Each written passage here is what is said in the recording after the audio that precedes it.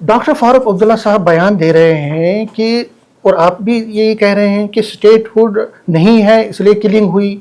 और राणा साहब तो ये कहते हैं कि एजेंसीज ने भी करवा सकते हैं। देखिए, आप जो बात कहते हैं आपका हमेशा काम रहा है आग लगाने के लिए। इतना बड़ा मसला है कि दो गरीब लोग मारे गए, वो दिहाड़ी लगाने जम्मू कश्मीर में आए थे। इस उम्मीद में नहीं आए थे कि हमारी डेड बॉडी वापस जाएगी। हमें उसका अफसोस है, उसका दुख है, और आपको भी वही दुख करना चाहिए। लेकिन आपका मकसद कुछ और है कि आप यहाँ से हमसे बात, जैसे फारूक साहब को आप मिस कोट कर रहे हैं, अब मुझे भी बाद में जाके मिस कोट करेंगे। मेरे साथ इस वक्त है deputy chief minister Surendra Kumar Chaudhary. News 18 से बात करने के लिए बहुत बहुत शुक्रिया सर। डॉक्टर फारूक अब्दुल्ला साहब बयान दे रहे हैं कि और आप भी यही कह रहे हैं कि स्टेटहुड नहीं है इसलिए किलिंग हुई।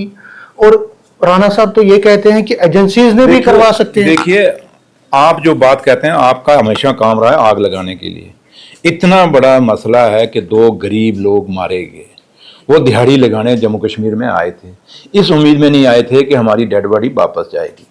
हमें उसका अफसोस है, उसका दुख है, और आपको भी वही दुख करना चाहिए। लेकिन आपका मकसद कुछ और है कि आप यहाँ से हमसे बात, जैसे फारूक साहब को आप मिस कोट कर रहे हैं, अब मुझे भी बाद में जाके मिस कोट करेंगे।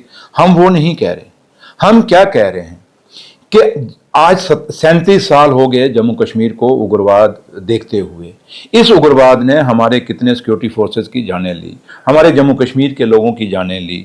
आप जब भी उन्होंने ये जानें ली, और आज उसके बाद कितने सिविलियंस हमारे जो हैं वो बेचारे शहीद हो गए, मारे गए, फौजी शहीद हो गए, सब शहीद हुए। इस 37 साल में हमने अपनी आंखों से उग्रवाद देखा। बटोत से आगे जनाब आप नहीं जा पाते थे, इन पहाड़ों की हालत थी, इतनी मिलिटेंसी थी।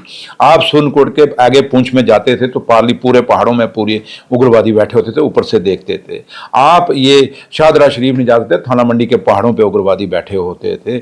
हम जिस काली धार से आते हैं उस काली धार में कितने होते थे।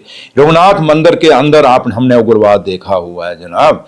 आप ये जो बातें आप टीआरपी के लिए करते हैं वो नहीं, हम वो चश्मदीद गवाह हैं इस 37 साल के उग्रवाद के, जहां हमने ना जाने कितने अपने फौजियों की, सिक्योरिटी फोर्सेस के, पुलिस के लोगों को कंधा दिया है, उनको उनकी शहादतें देखी हैं, कितनी सिविलियन की देखी हैं।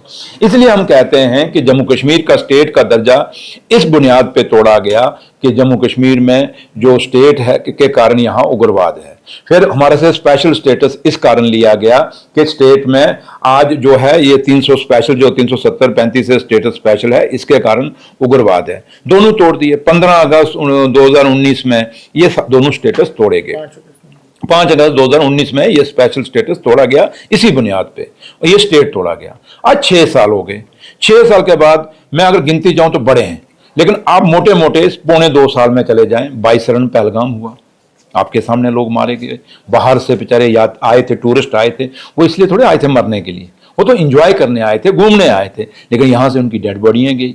फिर आपका और भी बीच में बन्नी में हुआ, पुंछ में हुआ, आगे पीछे छोड़िए। ये परसों आपके अनंतनाग में एक सिपाही हमारा शहीद हो गया। उसके बाद ये कल कुलगाम में 2 लेबर मारे गए बेचारे। आखिर कब तक? जब जम्मू कश्मीर ने अपना लद्दाख खो दिया, जम्मू कश्मीर ने अपना स्टेट खो दिया, जम्मू कश्मीर ने अपना स्पेशल स्टेटस खो दिया, उसके बाद आपके डीजीपी साहब कहते हैं, आप लोग मीडिया वाले खबर चलाते हैं, ए जनाब उग्रवाद खत्म है, मिलिटेंट खत्म है, अब कुछ नहीं, इक्का दुक्का बाकी है, हालात नॉर्मल है। और इसी बुनियाद पे आप पॉलिटिशियनों की सिक्योरिटी भी विड्रा करते हैं, उनकी गाड़ियां भी विड्रा करते हैं, आप उनके घर भी खाली कराते हैं कि जनाब जम्मू कश्मीर ठीक है। तो अगर सब कुछ ठीक है तो फिर रात को कुलगाम में ये 2 लोग क्यों सुनिए आप बात सुन लीजिए ना। आपकी बात का पूरा नहीं कि मैंने जवाब देना, मैं अपनी बात भी रखनी है। तो अगर लोग जो हैं रात को फिर मारे गए तो जरा अब डीजी साहब जवाब दें। और मैं आज अपने प्राइम मिनिस्टर साहब से, अपने होम मिनिस्टर साहब से अपील करता हूं कि जनाब जब भी जम्मू कश्मीर में किसी मुद्दे की बात होती है तो ऐसी किलिंग शुरू हो जाती है। आज एक इन्वेस्टिगेशन की जरूरत है। इवन के 22 रन से भी इन्वेस्टिगेशन क्यों? यही सवाल है मेरा। वही मैं आपको क्या लगता है, आपको क्या शक है कि स्टेटहुड नहीं मिल रहा है तो इसलिए हो रहा है? सुनो, आपको लगता है क्योंकि राणा साहब भी ये कह रहे हैं आपको तड़का नहीं मिलेगा, आपको नहीं मिलेगी, आप सीरियस नहीं है इस मुद्दे पे, सीरियस नहीं है। अगर आप सीरियस हैं तो सुन लीजिए मेरी बात मैं यही बात कह रहा हूं, अब बात हमें करने दीजिए ना, आप हमें बोलने दीजिए क्या कहना चाहते हैं। हम यही कहते हैं कि चंद रोज पहले हम आज 2.25 साल से हम स्टेट का दर्जा मांग रहे हैं। प्राइम मिनिस्टर साहब और होम मिनिस्टर साहब ने कहा हम आपका स्टेट का दर्जा बहाल करेंगे। आज 2.25 साल हो गए, अभी तक स्टेट उन्होंने अपना वादा नहीं निभाया। हम जंतर मंतर पे गए, अपनी डिमांड रखी, वहां प्रोटेस्ट रखी, अपने प्राइम मिनिस्टर को याद कराया। वापस आते हैं तो अनंतनाग के अंदर एक सिपाही शहीद हो जाता है, दूसरे दिन आज कुलगाम में 2 बंदे मारे जाते हैं। आखिर क्यों, कैसे? जब डीजीपी साहब कह रहा है, सिक्योरिटी फोर्सेस, आपकी एजेंसीज, सीआईडी एजेंसीज कह रही हैं कि उग्रवाद खत्म है, तो फिर ये 2 लोग कैसे मारे गए? वो पुलिस वाला कैसे शहीद हो गया? हम यही तो सवाल पूछ रहे हैं। अगर इसीलिए हम कहते हैं अपने प्राइम मिनिस्टर और अपने होम मिनिस्टर साहब से कि एक इन्वेस्टिगेशन होनी चाहिए। कौन लोग हैं जो नहीं चाहते जम्मू कश्मीर में हालात नॉर्मल हों? कौन लोग ऐसे हैं जो नहीं चाहते कि जम्मू कश्मीर में अमन आए? मतलब आप कहते हैं कि पाकिस्तान के बगैर भी कुछ लोग हैं, पाकिस्तान के बगैर। सुने भैया, सुनिए बात, सुनिए, अगर देनी है तो सुन लीजिए, नहीं सुने मैं चला जाऊंगा। मैं बच्चा नहीं हूं, मैं एक जिम्मेवार पोस्ट पे हूं। मैं यही कहता हूं कि ये चीजें एक इन्वेस्टिगेशन होनी चाहिए, पता चले कौन है। अगर पाकिस्तान ही है, कोई यहां से कोई लोग नहीं है, पाकिस्तान है, तो फिर वंस फॉर आप रोज आप भी रोज ही उठ के कहते हो जी पीओजे के लेंगे। मैं आपके चैनल को कितनी बार सुनता हूं, कहते हो पीओजे के लेंगे, पीओजे के ले लीजिए ना भैया। स्टेट भी आपने तोड़वा दी यही बातें कर करके, आपने स्पेशल स्टेटस भी जम्मू कश्मीर का तोड़ा दिया यही बातें कर करके। अब इससे तो अमन आया नहीं, चलिए आप पीओजे के भी ले लीजिए, एक और सर्च कर लीजिए, तो कम क्या पता उससे अमन आ जाए। लेकिन करिए तो सही। अगर पाकिस्तान इन्वॉल्व है तो वंस फॉरवर्ड पाकिस्तान के साथ ही हमारी, हमें जम्मू कश्मीर में अमन तो दे दीजिए ना।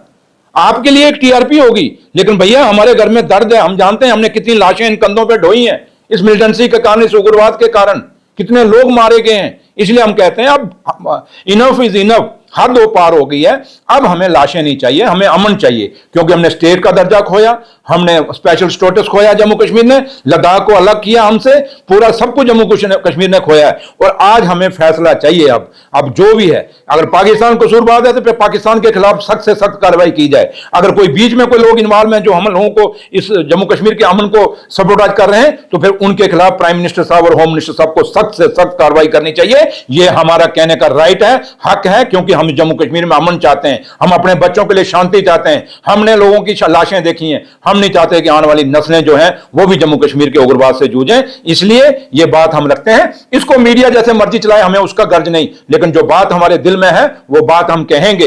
ठीक है, कोई मीडिया गोदी मीडिया होगा जिसको नहीं पसंद होगी हमारी बातें, वो अलग बात है, लेकिन जो सच्चाई यह है कि अब प्राइम मिनिस्टर साहब को और होम मिनिस्टर साहब को जम्मू कश्मीर के लोगों के साथ इंसाफ करना होगा, सच्चाई सामने लाने होगी। ये लाशें ये जो कल कुलगाम में हुई हैं, हम ये उम्मीद करेंगे प्राइम मिनिस्टर और होम मिनिस्टर साहब से, ये आखिरी लाशें जम्मू कश्मीर में होनी चाहिए, मिलिटेंसी की किलिंग होनी चाहिए, इसके बाद कोई किलिंग नहीं होनी चाहिए। ये एश्योरेंस हमें प्राइम मिनिस्टर और होम मिनिस्टर से अब चाहिए। न्यूज़ 18 से बात करने के लिए शुक्रिया।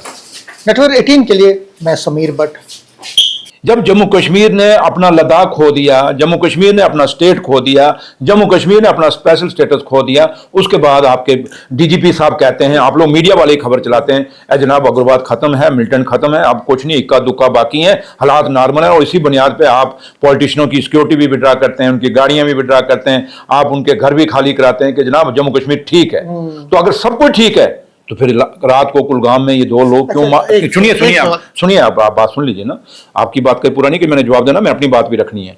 तो अगर लोग जो हैं रात को फिर मारे गए तो जरा अब डीजी साहब जवाब दें।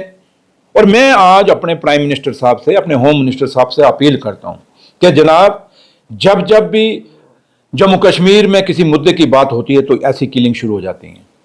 आज एक इन्वेस्टिगेशन की जरूरत है, इवन के 22 रन से भी इन्वेस्टिगेशन क्यों, यही सवाल है मेरा। वही मैं आपको क्या लगता है, आपको क्या शक है कि स्टेटहुड नहीं मिल रहा है तो इसलिए हो रहा है? सुनो, आपको लगता है क्योंकि राणा साहब ये कह रहे हैं आपको तड़का नहीं मिलेगा, आपको डीआरपी नहीं मिलेगी, आप सीरियस नहीं है इस मुद्दे पे, सीरियस नहीं है। अगर आप सीरियस हैं तो सुन लीजिए मेरी बात, मैं यही बात कह रहा हूं, अब बात हमें करने दीजिए ना, आप हमें बोलने दीजिए क्या कहना चाहते हैं। हम यही कहते हैं कि चंद रोज पहले हम आज 2.25 साल से हम स्टेट का दर्जा मांग रहे हैं। प्राइम मिनिस्टर साहब और होम मिनिस्टर साहब ने कहा हम आपका स्टेट का दर्जा बहाल करेंगे। आज 2.25 साल हो गए, अभी तक स्टेट उन्होंने अपना वादा नहीं निभाया।